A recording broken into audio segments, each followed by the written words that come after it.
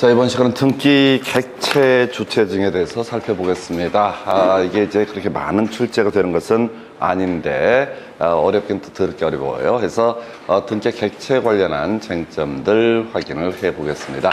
자, 먼저 논의할 수 있는 것이 등기할 수 있는 권리 등에 관한 주제.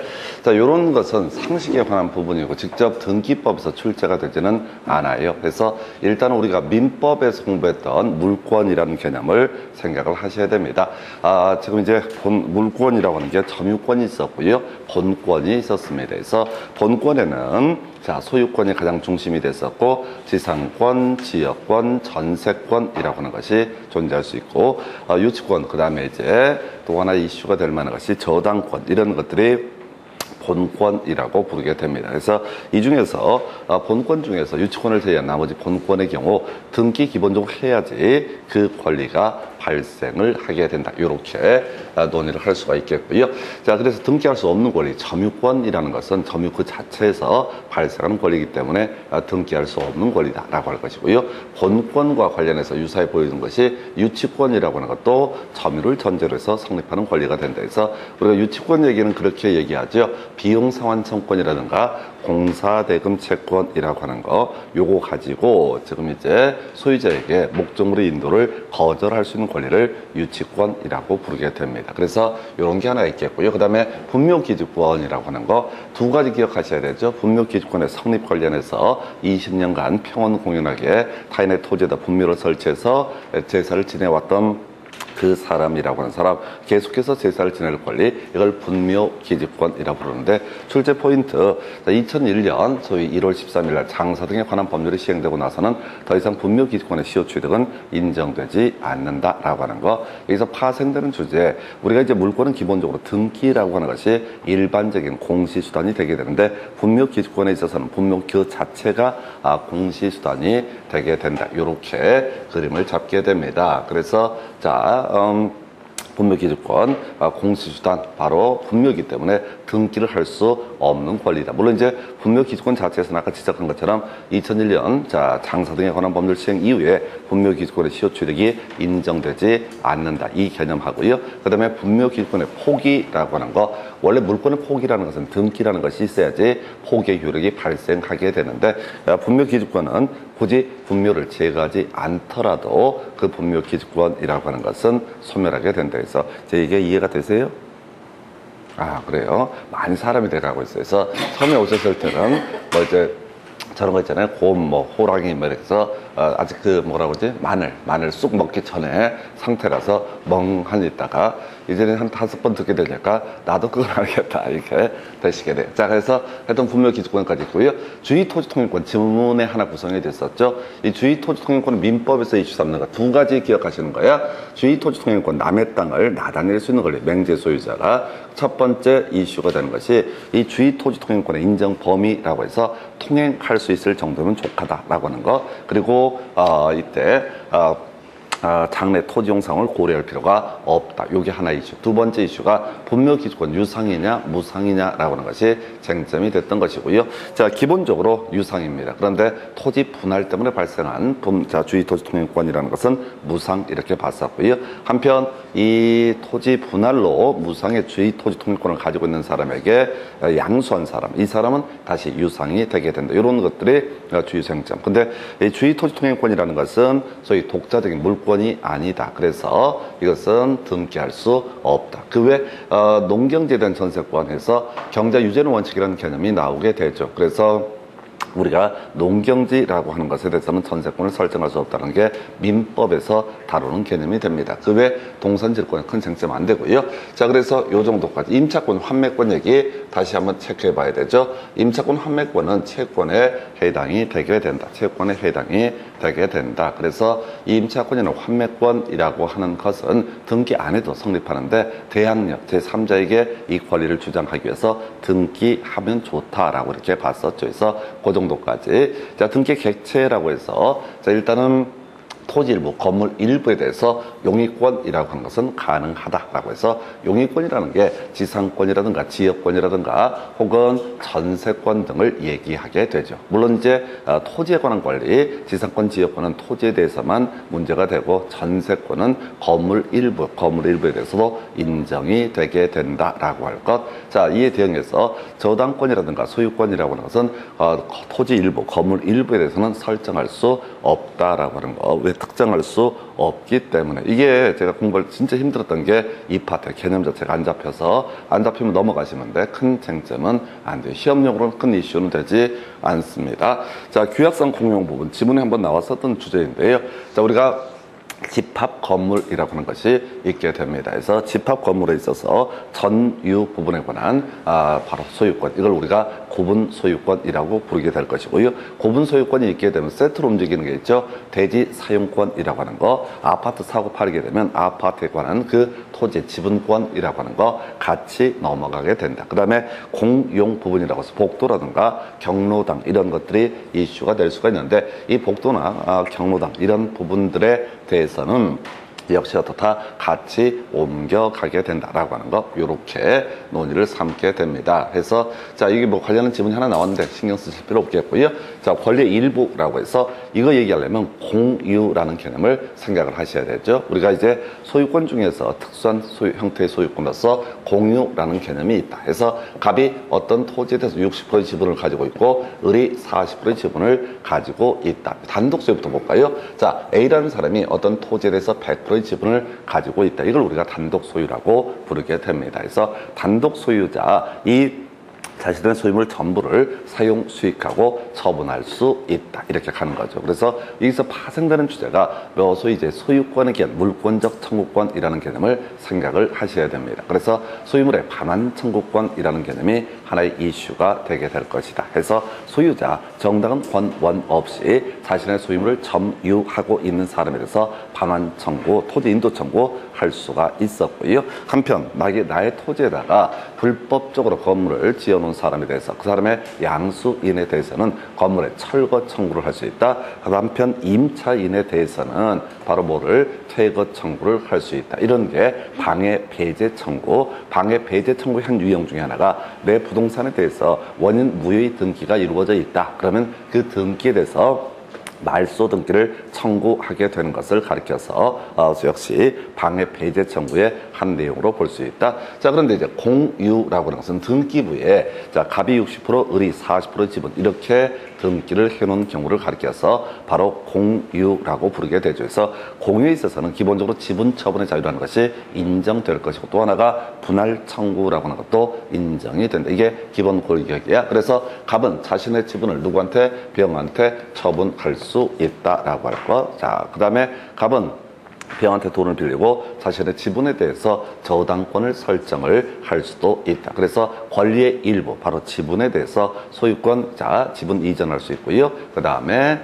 또 저당권도 설정을 할 수 있다. 그런데 권리 일부에 대해서 만약에 지상권을 설정한다라고 하게 되면 특정을 할 수 없습니다. 자, 이 개념 알아야 되죠. 갑이 60%의 지분을 가지고 있고 을이 40%의 지분을 가지고 있다라고 했을 때 갑은 이 공유물 전부라고 하는 것을 지분 비율에 따라서 사용할 수 있다. 그래서 이때 지분 비율이라는 것은 이익을 얘기한다고 그래서 이게 1000평짜리 토지라고 했을 때 갑이 이 중에 600평을 마음대로 사용할 수 있다는 것이 아니라 갑은 1000평을 마음대로 사용할 수 있다. 그런데 문제는 뭐라고요? 자, 지분 비율에 따라 사용할 수 있다. 그럼 자신의 지분을 뛰어넘는 그 부분에 대해서는 을에게 부당이득으로 반환을 해야 된다. 이게 이제 공유의 개념이 되게 됩니다. 그래서 자, 갑이 60%의 지분을 가지고 있다는 얘기는 이 전부를 사용할 수 있는데, 자, 일정한 부분, 일정한 자신의 지분 범위를 넘는 부분은 을에게 부당이득 반환을 해야 된다. 만약에 이 갑의 지분에다가 을이, 자, 병이라는 사람이 지상권을 취득을 한다. 그럼 골 때리게 되는 거야.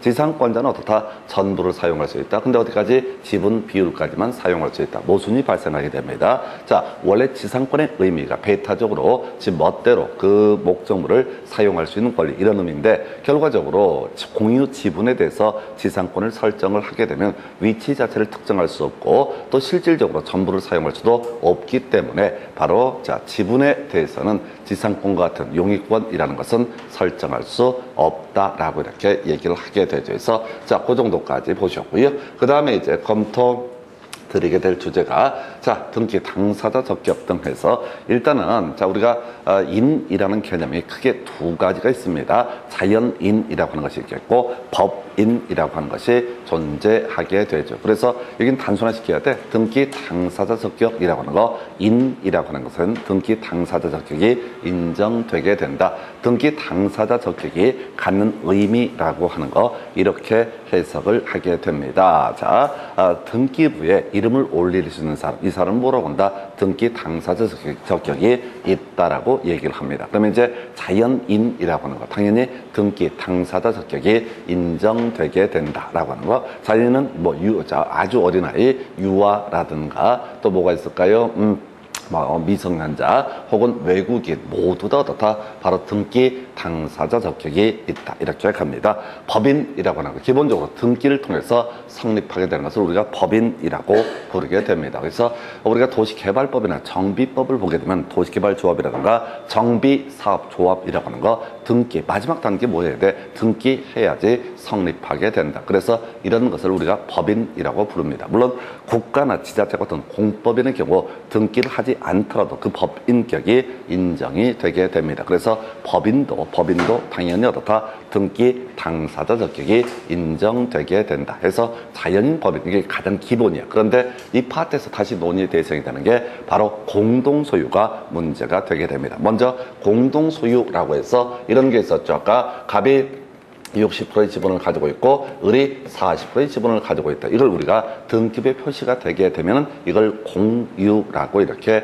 부르게 된다. 공유라고 부르게 됩니다. 자, 근데 합유라는 개념은 갑이 자 내부적으로 60%를 가지고 있고 을이 자 내부적으로 40%를 가지고 있지만 외부에서는 갑이 얼마의 지분을 가지고 있는지 알 수 없는 상태. 그리고 이것은 합유다라는 이 뜻을 등기부에 이 숫자 대신에 합의의 취지를 등기에 둔 것을 합유라고 부르게 됩니다. 그 다음에 총유라고 하는 것이 있죠. 갑이 있고 을이 있고 병이 있고 등등등. 자, 이게 이제 종중이라는 것이 될 수도 있을 것이고요.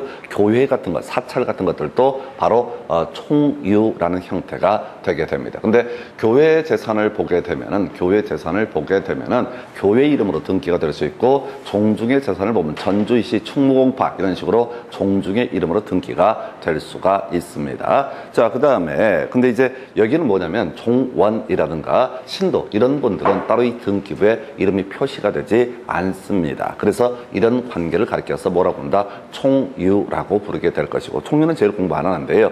이 총유의 주체 교회라든가 사찰이라든가 혹은 법인 아닌 자 종중 이런 것을 가리켜서 뭐라고 그런다? 법인 아닌 사단이라고 부르게 된다. 그래서 일단은 자 공유, 합유, 총유 중에서 이게 이제 출제 이슈가 되는 거야. 우리가 단독 소유는 너무 쉬우니까 물어볼 필요도 없어. 아무 개가 등기 명의를 가진다. 정말 당연한 얘기지. 그 다음에 자 공유라고 하는 거 지분이 표시가 된다라고 등기부에 갑이 나오고 을이 나오고 분명히 나오기 때문에 이것도 논의할 실익이 없어요. 그럼 이제 애매한 게 뭐냐라고 했을 때 갑과 을이 합유를 하고 있다. 근데 지분이 표시가 되지 않는다라고 하는 이걸 우리가 합유라고 부르고 이때 이제 용어를 만들어 갑과 을의 모임 이름을 뭐라고 한다? 우리 시험 보실 때 민법상 조합이라는 용어를 쓰게 됩니다. 등기부에 표시가 되지 않는 공동소유 관계를 뭐라고 한다? 민법상 조합이라고 부르게 됩니다. 자, 다시 등기부에는 갑과 을이 합유하고 있다. 이렇게 등기가 되어 있어요. 근데 이걸 우리가 법에서 부를 때는 이걸 민법상 조합이라고 부르게 된다. 그럼 이제 등기부에는 뭐라고? 갑이나 을이 합유하고 있다. 이렇게 표시를 해야 되는데 여기다가 자 민법상 조합이 합유, 민법상 조합이 소유자가 된다. 이렇게는 등기를 할 수 없다는 얘기예요. 그래서 이 등기 명인 관련해서 쟁점이 되는 것 딱 한 가지야. 민법상 조합이라고 하면서 다 등기 명인이 될 수 없다. 그래서 갑과 을이 합유를 하고 있으면 어떻게 그럼 갑의 갑과 을이 공동 소유인데 이건 지분을 표시하지 않는 합유다. 이렇게 등기를 하게 되는 것이지 이들이 이름을 만들었다고 이름을 예를 들어서 모질이라고 이름을 우리 알고 있잖아. 갑과 을이 우리 둘의 모임을 뭐라 부르는 만들자 모질이라고 이렇게 만들었다고 해서 이 등기부에 모질이 소유 이렇게 표현을 할 수는 없다. 그래서 일단 시험용으로 접근할 때는 딱 한 가지 민법상 조합은 모질이 그래서 모질이는 등기할 수 있다 없다 등기할 수 없다. 요거 하나 외우셔야 돼. 그러니까 이 파트에서는 민법상 조합이라는 것은 어떻다 등기 명의인이 될 수가 없다. 갑과 을이 자기들의 모임을 가리켜서 모질이라고 이름을 지었다고 해서 절대 모질이란 이름 자체가 등기부에는 어떻다? 등재가 될 수가 없다라고 하는 거. 그냥 갑과 을 이름 두 명이 들어가는 게 정상이지 우리는 모임을 특별히 모질이라고 만들자. 그래서 제가 지난 순환 때 말씀드릴 때 귀신, 고스트라고 말씀을 드렸어요. 민법상 조합이라는 개념은. 그래서 절대 등기부에는 민법상 조합이라고 하는 것은 등기 명의인이 될 수가 없다. 요거 하고 아니면 두 번째 포인트가 법인 아닌 사단이라고 하는 거 요것도 등기 명의인이 될 수가 있다예요. 그래서 시험 용어로 접근하면 다 빼버리고 자 누구누구 등기 당사자 적격 이런 얘기를 할 때 안 되는 거 뭐가 된다? 민법상 조합. 어떤 이름으로도 민법상 조합이라고 하는 것은 등기 명의인이 될 수가 없다. 그런데 합의에서는 이들의 결합체 이름을 우리가 민법상 조합이라고 평가를 하게 되는데 자 요것은 등기부에 들어가지 않는다라고 하는 거. 한편 자 종중 교회 사찰 이름으로 등기가 된 경우가 있다. 예, 그때는 종중 교회 사찰 이름으로 어떻게 할 수 있다? 등기할 수 있다라고 이렇게 전제를 하게 됩니다. 그래서 자 법인 아닌 사단이라고 하는 것은 어떻다? 등기 명의인이 된다. 그러니까 그동안 시험에 나왔던 걸 분석을 해드리면은 결국은 민법상 조합, 민법상 조합인 합유체는 등기 명의인 될 수 없고 총유체라고 할 수 있는 법인 아닌 사단이라고 하는 것은 어떻다? 등기 명의인이 될 수가 있다. 요것만 기억하시는 거예요. 왜? 지금 단군이 나라 만들고 요것만 계속 만들어내고 있으니까 이게 등기 명의 될 수 있냐 없냐 이게 문제를 만들어 놓은 걸 보면 진짜 대박인 거야. 단독 소유라든가 이런 것들은 너무나 기술적인 부분 간단한 부분이니까 출제가 되더라도 답이 되지 않아. 우리가 뭐 외국인 뭐 등기 명의인 될 수 있다 이런 거 백날 쳐외워봤자 아무 쓸모가 없어. 사람은 무조건 어떻다? 등기 명의인 될 수 있다. 민법에서 사람이라고 하는 것은 자연인과 법인을 의미하게 된다. 그래서 이제 문제가 되는 게 민법상 사람으로 볼 수 없는 게 뭐라고요? 모질이 이걸 5글자로 뭐라고 본다? 민법상 조합이라고 하는 거 등기 명의인 될 수가 없다. 두 번째 이슈가 뭐라고요? 법인 아닌 사단이라고 하는 거 등기 명의인 될 수가 있다. 그래서 16년 동안 나왔던 모든 문제는 요 두 개를 가지고 틀리게 나오거나 맞게 나오거나 답으로 구성을 하게 됩니다. 그래서 요건 나름대로 자 상당히 클래스가 있는 거야. 상당히 깊이 있는 지식을 요구하는 건데 우리는 그냥 무식하게 모질이 5글자 민법상 조합 등기 명의는 안 되고 전주이시 충무공파 이순신 뭐 이파인가 보지 여기서는 어떻다? 등기 명의인 될 수가 있다. 그래서 미리 땡겨서 한번 간단하게 볼게요. 자 법인 아닌 사단 등기 명의인 될 수 있고요. 법인 아닌 사단 자 전주이시 충무공파 이름으로 등기를 한다라고 했을 때 이때 누가 등기 신청을 할 것이냐라는 것이 문제가 되는데 바로 법인 아닌 사단의 대표자 또는 관리인이 어떻다? 등기 신청을 하게 된다. 혹시 오다 가다가 전주시 충무공파를 보신 적은 없잖아요. 그 소속 종원은 있을 수가 있겠지만은 손발이 없단 말이야. 그러니까 자 이때는 법인 아닌 사단의 대표자 또는 관리인이 등기 신청을 하게 된다라고 할 것. 세 번째 이슈가 될게 미리 땡겨서 보는 거야. 자 법인 아닌 사단은요 전자신청할 수 없다. 마지막 제일 중요한 게 저거죠. 그래서 법인 아닌 사단이 등기 의무자가 되는 경우에는 정대대결이라고 해서 사원청의 결의라고 하는 것을 바로 포함을 시켜야 된다. 이렇게 설명을 드린 바가 있었습니다. 그래서 이 정도 개념으로 하나 확인을 해봤었고요. 자 그래서 법인 아닌 사단이라고 하는 개념까지 보셨고 그다음에 이제 등기 신청 능력 해서 자 요것도 깊이 가면 안 돼. 무조건 다 등기 신청할 수 있다. 딱 안 되는 거 딱 하나 있어. 바로 제한 능력자가 등기 의무자가 되는 경우에는 어떻다? 등기 신청할 수 없다. 제한 능력자 누구야? 미성한 들어갔었죠? 미성년자, 피성년 후견인, 피한정 후견인이 등기 의무자가 되는 경우에는 어떻다? 등기 신청을 할 수가 없다. 다시 자 미제한 능력자라고 해서 미성년자, 피성년 후견인, 피한정 후견인 이런 사람을 뭐라 부른다? 제한 능력자. 제한 능력자가 등기 의무자가 되는 경우에는 어떻다? 등기 신청을 할 수가 없다. 한번 볼까요? 이런 그림을 그려서 가는 거야. 자, 갑이라고 하는 사람이 제한 능력자입니다. 이 사람이 을과 매매 계약을 체결을 하게 됩니다. 자, 우리 민법에서 제한 능력자의 법률행위는 취소할 수 있었고, 출제 포인트 취소가 되게 되면 선의 제3자도 보호를 받을 수 없다. 뭐 이런 내용을 공부했던 바가 있습니다. 그렇다 치고 다시 자, 이 갑이 자, 을과 매매 계약을 체결해서 을명의로 등기를 넘겨주게 되면 이걸 갑을 가리켜서 뭐라고 한다? 등기 의무자라는 표현을 쓰게 된다. 그 다음에 을을 가리켜서 뭐라고 한다? 등기 관리자. 등기가 실행되면 권리를 얻게 되는 사람을 뭐라고 부르고? 등기 관리자. 등기가 실행되면 권리를 잃게 되는 사람을, 의무를 부담하게 되는 사람을 등기 의무자라고 이렇게 부르게 됩니다. 그래서 자, 지금 제한 능력자가 등기 의무자가 되는 등기 신청은 어떻다? 허용되지 않는다. 그래서 누가 갑과 을 사이에 매매 계약을 체결하고 제한 능력자가 을과 만나서 소유권 이전 등기를 신청하는 거, 이런 것은 어떻다? 허용되지 않는다라고 하는 거. 그럼 이런 경우 볼까요? 자, 갑이라는 사람이 있고요. X부동산의 소유자 을이라는 사람이 자, 대리인이라는 개념이 되게 됩니다. 대리인이 되고, 그 다음에 병이라는 사람을 만나서 계약을 체결합니다. 경우에서 볼게요. 자, 갑의 대리인 을이라고 매도인란에 표시를 하고, 그 다음 매수인란에 병이라고 표시를 하게 된다. 이게 이제 기본 구조가 돼. 대리의 기본 구조. 자, 이렇게 대리인 을에 의해서 갑과 병 사이에 계약이 체결되게 되면 기본 틀 잡으셔야 돼. 갑은 누구한테? 바로 병한테 소유권 이전 등기를 해줄 의무를 지게 될 것이고, 그 다음에 병은 누구한테? 갑에게 대금을 지급할 의무가 발생하는 법률 관계를 가리켜서 바로 뭐라 부른다? 바로 이런 것을 대리라고 부르게 된다. 그런데 자, 가볼까요? 이 대리인이 제한 능력자다라고 했을 때 민법에서 이슈 삼았던 게 뭐냐면, 자, 우리 제한 능력자의 법률행위는 어떻다? 취소할 수 있다. 이유는 왜 그렇다고 했어요? 제한 능력자 권리 뺏기는 거, 어리버리한데 권리 뺏기는 걸 막기 위해서 제한 능력자의 법률행위는 취소할 수 있다. 그런데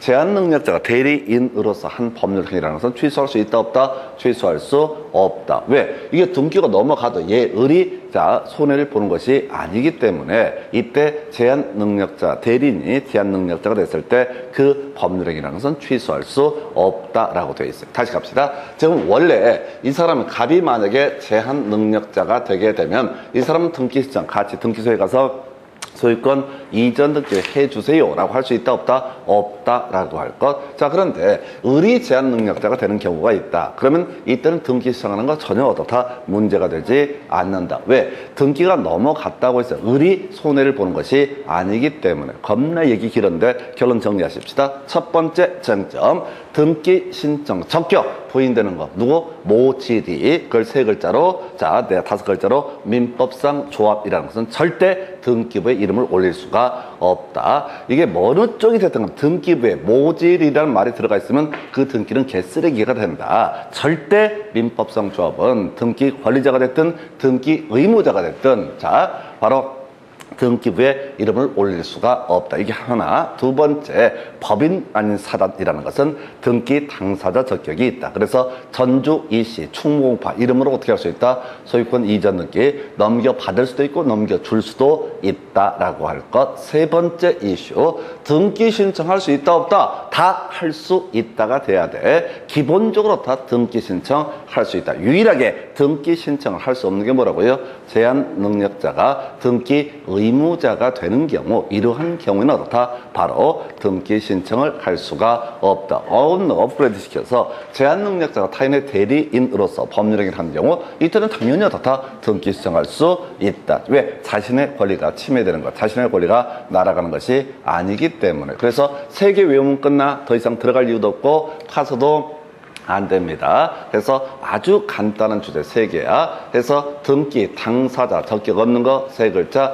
모질이 5글자, 민법상 조합. 그 다음 2번째, 등기, 당사자, 적격 있는 거, 법인 아닌 사단이라고 하는 거. 3번째 이슈, 등기 신청과 관련해서 자, 등기 신청에 있어서 할 수 없는 거 딱 한 가지, 제한 능력자, 등기 의무자가 되는 경우, 제한 능력자가 권리를 잃게 되는 경우 그 사람은 어떻다? 등기 신청할 수 없다. 그럼 구제 해석하면 그런 식이죠. 제한 능력자가 어떤 계약 등을 체결했을 때 소유권 이전기를 넘겨주려면 법정 대리인 등이 나서서 어떻다? 등기 신청해야 되는 것이지 직접 등기 신청을 할 수 없다. 해서 3가지 이슈예요. 자, 나머지 텍스트를 그냥 읽으시면 안 돼. 등기 당사자 적격, 등기 신청 이런 표현이 나오게 되면 그저 포인트 자체를 딱 3개로 끊어서 가셔야 돼. 왜? 그게 그동안 16년간 나왔던 전부니까. 그래서 중간중간에 구질구질한 얘기를 절대 보시면 안 돼. 3개만 알고 있다는 거. 그거 이제 제일 중요한 포인트에서 제가 어제도 얘기한 것 같은데, 이게요, 지금 이제 저희 딸내미하고 그제 이제 밤에 토론을 하는데, 그런 미련함에 대해서 얘기를 해줬습니다. 그래서, 애가 저보고 했던 소리가 그런 얘기를 했어. 지금 이제 내년인가 올해 생일이 지나면은 알바를 할 수 있다라고 하더라고요. 알바를 할 수 있다. 그래서 알바를 하고 싶다. 결국은 알바를 하고 싶은 이유가 더 가관이야. 아니, 집에서도 공부도 하고 숙제도 하고 하면 도대체 할 일이 너무 없다는 거야. 그럼 하루 종일 핸드폰만 보고 있어서 이게 너무 비생산적이다. 어서 또 주워 들은 게, 제가 항상 하는 소리가 뭔가 생산적인 일을 하라고 그랬거든요. 그래서 아이가 대가리가 굴리는 거야. 그러면 생산적인 일, 알바를 해야 되겠다. 아마 이제 옷을 많이 사고 싶은 거야. 그래서 계산이 거의 예술이야. 시간당 10,000원. 어서 주워 들은 거 있어. 시간당 10,000원에서 하루에 9시간 근무를 하게 되면 90,000원. 좋아. 여기까지. 그리고 그걸 일주일간, 한 달간 일을 하게 되면 얼마가 되죠? 270,000원. 거기까지 괜찮아. 거기까지 괜찮아. 그럼 1년간 일을 하면 어떻게 해야 돼? 곱하기 365를 딱 곱해. 12개를 곱해야지. 왜 365를 곱해? 갑자기 365로다 계산해보면 이상한데? 2억인가 3억이 나오는데? 그래갖고, 모질이에 대해서. 그래서, 그리고 제가 이제, 대가리 하여튼 나쁘게 살면 안 된다. 대가리 나쁜 거 진짜 질색이다.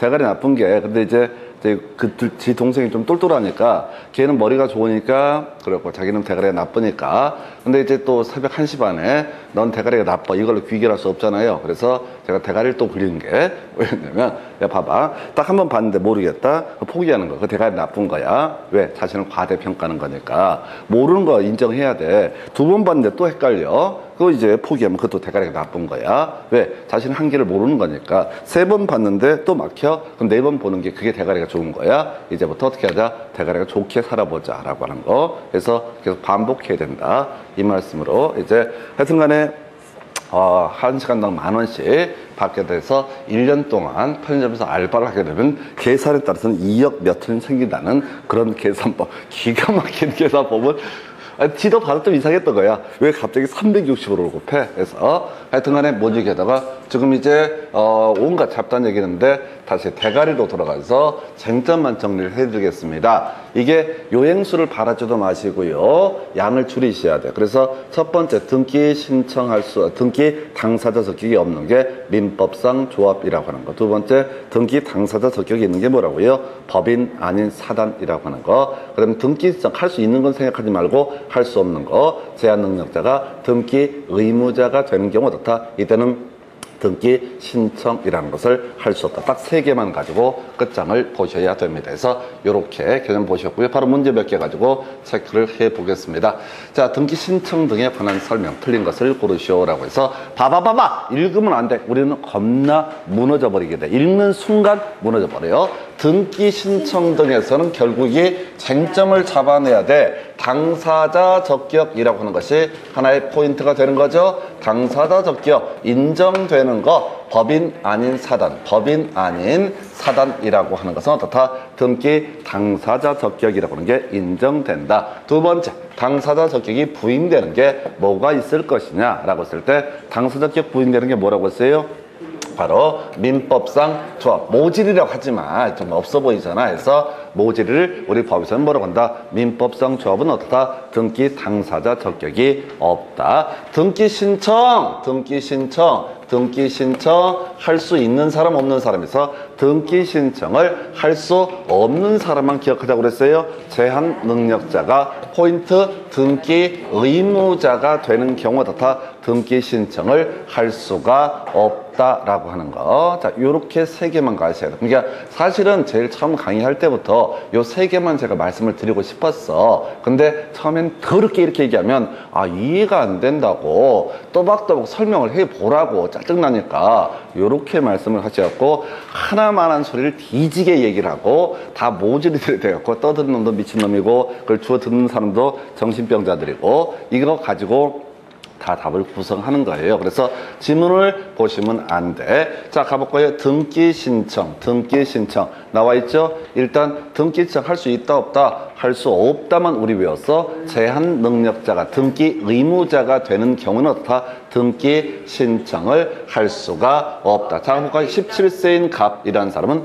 소유권 보존 등기 관리자죠? 등기가 실행됐을 때 권리를 얻게 되는 것을 등기 관리자. 그래서 17세인 갑은 미성년자입니다. 소유권 보존 등기할 수 있다 없다? 할 수 있다. 이런 구조가 되는 거야. 등기 의무자가 포인트라고요. 그 다음에 성년 후견인 갑은이라고 돼 있죠. 성년 후견인 미성 간파. 어디서 공부했었지? 공인중개사법에서 공부했던 주제죠. 공인중개사법 가서 보다 보면 그런 거 있었잖아. 바로 결격사유, 등록 결격사유 할 때 다시 대가리 따서 미성 간파, 그 다음에 집자 업업, 그 다음에 금벌자계 등은 어떻다? 중개사무소 개설 등록 등을 할 수가 없다. 그래서 자, 성년 후견인 갑은 피성년 후견인 을을 대리해서 자, 뭐야? 피성년 후견인이 맛이 간 건가요? 성년 후견인이 맛이 간 건가요? 맛이 간 놈이 누구야? 일단은 피. 자, 죽은 사람이 누구야? 피상속인. 그 다음에 피성년 후견인. 그죠? 피성년 후견인. 그 다음에 피한정 후견인. 이런 게 있었죠? 그죠? 용어의 정의라고. 이게 이제 자주 안 쓰니까 헷갈리는 거야. 다시, 자, 국가가 보증하는 사람입니다. 완전히 노망 났다고. 그 사람을 뭐라고 한다? 피성년 후견인이라고 부르게 됩니다. 국가가 보증합니다. 가끔 정신이 오락가락 한다. 피한정 후견인이라는 말을 쓰게 되죠. 그래서 피한정 후견인, 피성년 후견인은 기본적으로 등기 신청을 할 수 있다 없다? 이건 함부로 가면 안 돼. 등기 의무자가 되는 경우에는 어떻다? 등기 신청을 할 수가 없다라고 돼야 되죠. 그래서 다시 미성년자, 그 다음에 피성년 후견인, 피한정 후견인이 스스로 자, 등기 의무자가 되는 경우는 등기 신청을 할 수 없다. 이런 경우는 피성년 후견인을 대리해서 그 사람의 대리인, 성년 후견인이 대리해서 등기 신청을 할 수가 있다. 이런 논리 구조인데 이건 이제 의미는 별 필요 없고요. 피성년 후견인과 피한정 후견인의 개념을 설명드리려고. 그래서 아까 그랬잖아요. 미성년자가 자, 등기를 넘겨주는 경우에는 등기 신청이라고 하는 거 누가 법정 대리인이 대신해서 등기 신청한다. 이런 식으로 등기 의무자가 되는 경우에는 법정 대리인이 등기 신청한다. 여기서는 등기 관리자 의무자가 의견이 없어요. 그러니까 당연히 대리인인 성년 후견인이 어떻다? 등기 신청을 할 수가 있다. 그렇다 치고 지자체 등기 당사자 능력이 있다라고 이렇게 되어 있습니다. 지자체 어떻다? 등기 당사자 능력이 있다 해서 지자체 이름으로도 등기를 할 수 있다. 이런 식의 취지가 될 것이고 그 다음에 답은 2번 됐었나요? 괜히 읽었었네. 등기 신청 능력을 갖지 않는다라고 하는 주제는 항상 이슈. 등기 신청 할 수 없는 게 뭐라고요?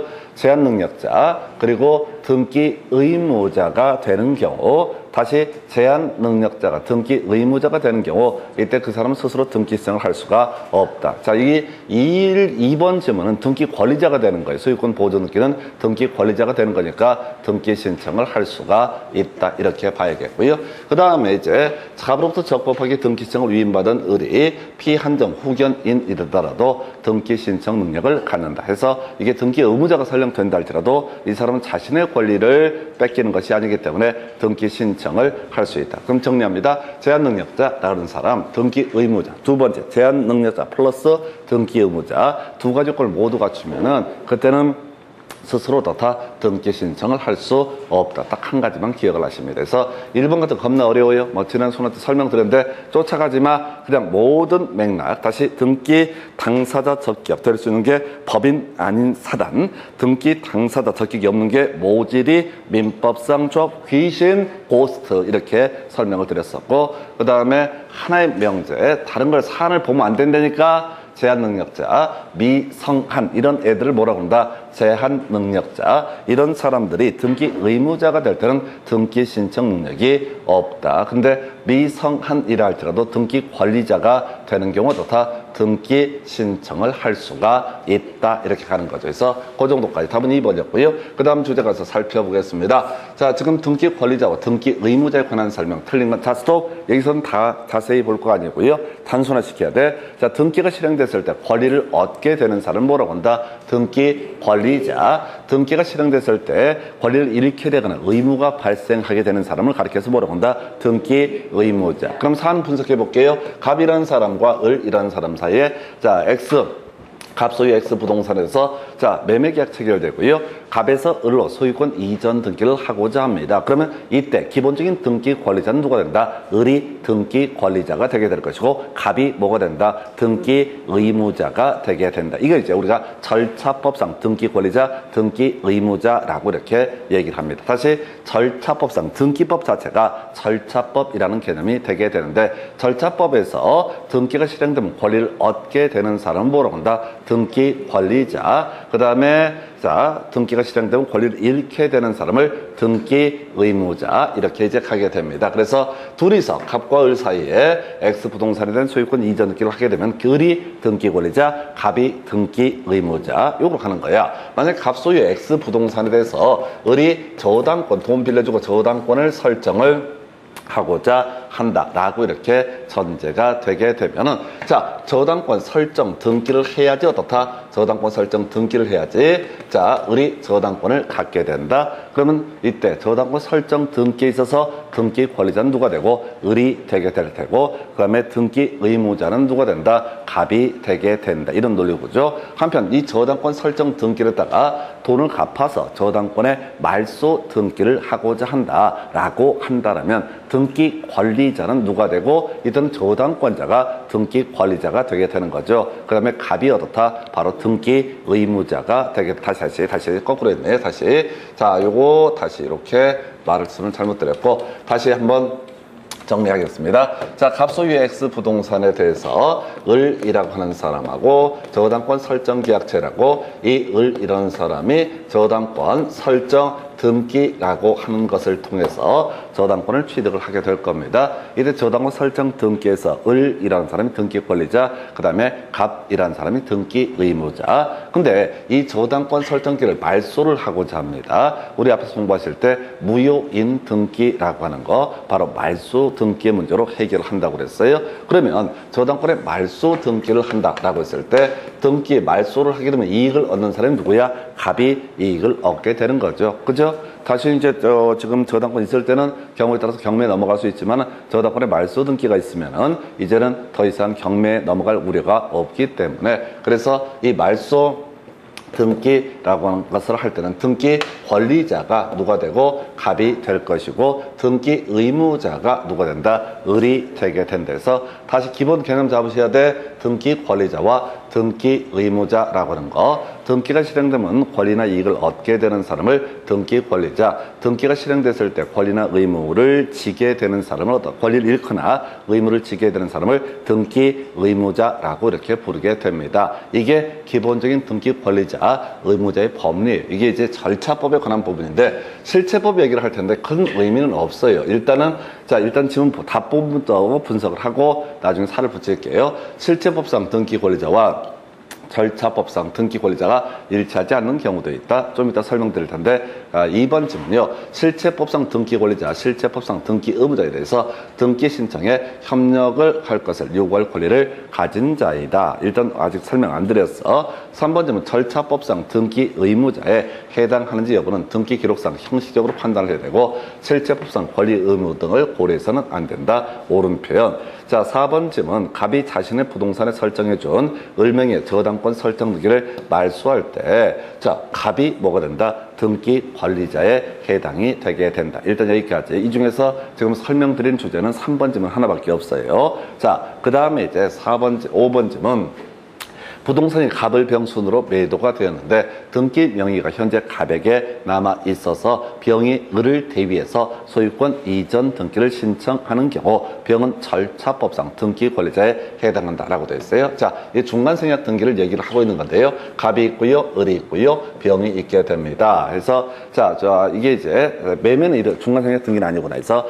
갑에서 을에서 병으로 등기가 넘어가야 되는 사안입니다. 자, 근데 을이라는 사람이 등기 넘겨받기 전에 누구한테? 병한테 미리 팔아버렸습니다. 그래서 을은 이제 전매 차익 생기고 빠져나가려고 그래. 자, 그랬을 때 지금 이제 을이 누구한테 등기를 가져와야 돼? 갑한테 등기를 가져와야 되죠. 갑에서 을로 소유권 이전 등기가 넘어가야 되잖아요. 그러면 이 둘 간의 관계, 얘는 뭐가 되고 등기 의무자가 되고 얘는 뭐가 된다? 등기 권리자가 되게 된다라는 의미가 되게 되는 거죠. 자, 근데 이 사안에서 을이 자, 등기를 자기는 이제 뭐 받을 돈 받았으니까 싹 빠지는 거야. 그래서 을이 병이 을을 대위해서 대신해서 을 명의로 소유권 이전 등기 신청을 하게 됩니다. 그럼 이제 이 상태에서 소유권 이전 등기가 이루어지게 되면 절차적 형식상 이익을 얻게 되는 사람이 누가 된다? 을이 권리를 얻게 되는 거죠.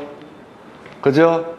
자기가 등기 신청을 안 했어도 병이 자신을 대신해서 대위해서 등기 신청을 하게 되면 을이 뭐가 된다고요? 바로 권리를 얻게 된다. 그래서 을한테 권리를 얻게 되면 다시 병이 을과 해서 이 등기를 가져오는 식이 되게 될 것이다. 그래서 지금 등기 절차법상 등기 권리자, 등기 의무자 이 얘기를 설명을 드리고 있는데 절차법에서 절차법상 등기 권리자라는 것은 등기가 실행되면 권리를 얻게 되는 사람, 절차법상 등기 의무자라고 하는 것은 권리가 실행되면 권리를 잃게 되는 사람 이렇게 가는 거야. 그래서 병이 을을 대위해서 소유권 이전기를 신청했다. 그럼 누구한테 온다는 얘기야? 을한테 등기가 넘어온다는 얘기다. 그래서 을이 등기 권리자가 되게 된다. 이런 식의 얘기가 되는 겁니다. 그래서 일단 답은요. 5번 가지고 뽑았고 1번, 2번, 3번을 묶어서 이제 설명을 드릴 텐데 별 의미는 없어요. 지금 여기서 논의의 핵심 취지는 뭐냐면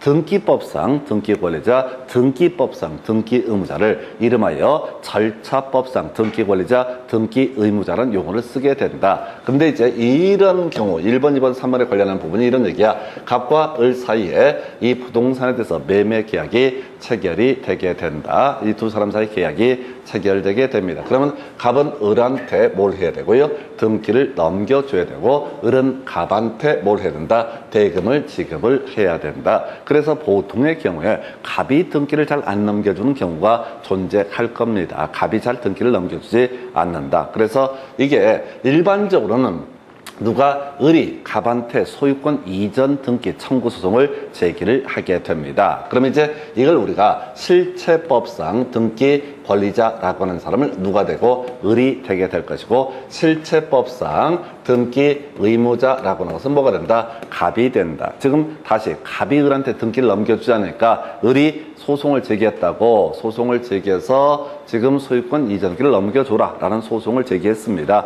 그러면 이때 을을 가리켜서 뭐라고 한다? 실체법상 등기 권리자. 을이 지금 요구를 하고 있잖아. 그래서 을이 요구를 하니까 이 사람은 등기 권리자. 그 다음에 갑이 등기 의무자. 근데 이런 경우가 있다는 거야. 갑은 등기를 넘겨주고 싶은데 우리 앞에서 이제 세법 공부하실 때 재산세 이런 것들을 공부를 하십니다. 그래서 재산세 과세 기준을 매년 6월 1일 이렇게 되어 있어요. 납세 의무자 얘기를 할 때 그런 얘기를 합니다. 바로 알공확사라고 했을 때 권리 변동이 있음에도 불구하고 공부에 반영되지 않아서 그 내용을 알 수 없을 때 공부상 소유자가 다 납세 의무자가 되게 된다. 그래서 이게 누가 갑과 을이 매수인이 빨리 등기를 안 가져가. 그래서 갑이 뭐라고요? 빨리 등기 가져가라. 을은 등기 절차에 협력하라라는 판결을 구합니다. 해서 소송을 제기해서 갑이 승소를 하게 됩니다. 그러면 이때 갑이라고 하는 사람은 실체법상 뭐가 된다? 등기 권리자가 되게 된다. 그 다음에 을이 결과적으로 실체법상 등기 의무자가 되게 된다. 그래서 일반적으로 절차법상 등기 권리자는 을이 될 테고 절차법상 등기 의무자는 갑이 되게 될 것인데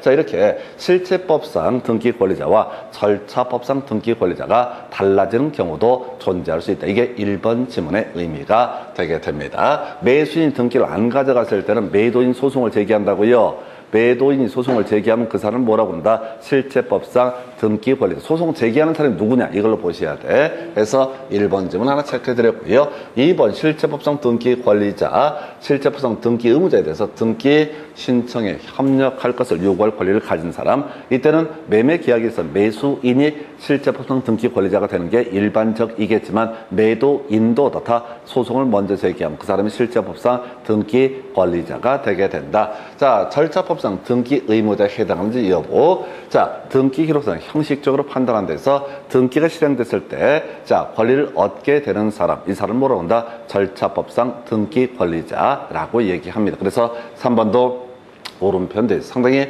새로운 유형의 문제로 구성을 했었죠. 그래서 지금 다시 가서, 자, 절차법상 등기 권리자라는 개념, 등기부를 보니까 등기가 실행되면 이익을 얻게 되는 사람을 절차법상 등기 권리자, 등기가 실행되면 권리를 잃게 되는 사람, 의무를 지키게 되는 사람을 절차법상 등기 의무자라고 이렇게 부르게 됩니다. 그래서 답은요, 자, 이 문제에서는 지금 얼마? 지금 3번, 5번으로 답을 구성을 했습니다. 한 문제만 더 보겠습니다.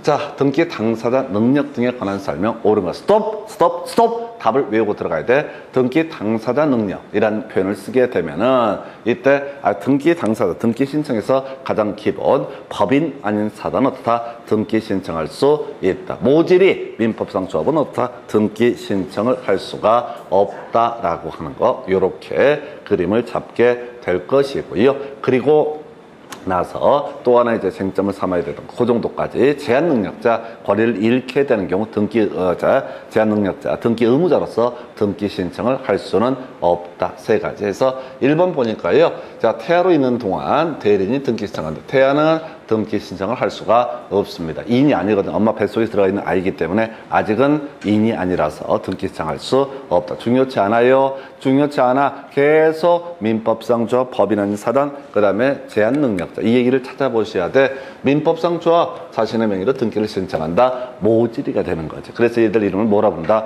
모질이. 민법상 조합은 실체가 없는 것이다. 그래서 등기 신청할 수 있다, 없다? 없다. 아까 갑과 을이, 자, 내부적으로 갑이 60%의 지분, 을이 40%의 지분을 가지고 있는 상태다라고 전제가 됐었고요. 그래서 이때 갑이 60%, 을이 40%의 지분을 가지고 있다라고 이렇게 전제를 했을 때 얘들은 갑과 을의 이름으로 합의 후 등기를 할 수는 있지만은 갑과 을이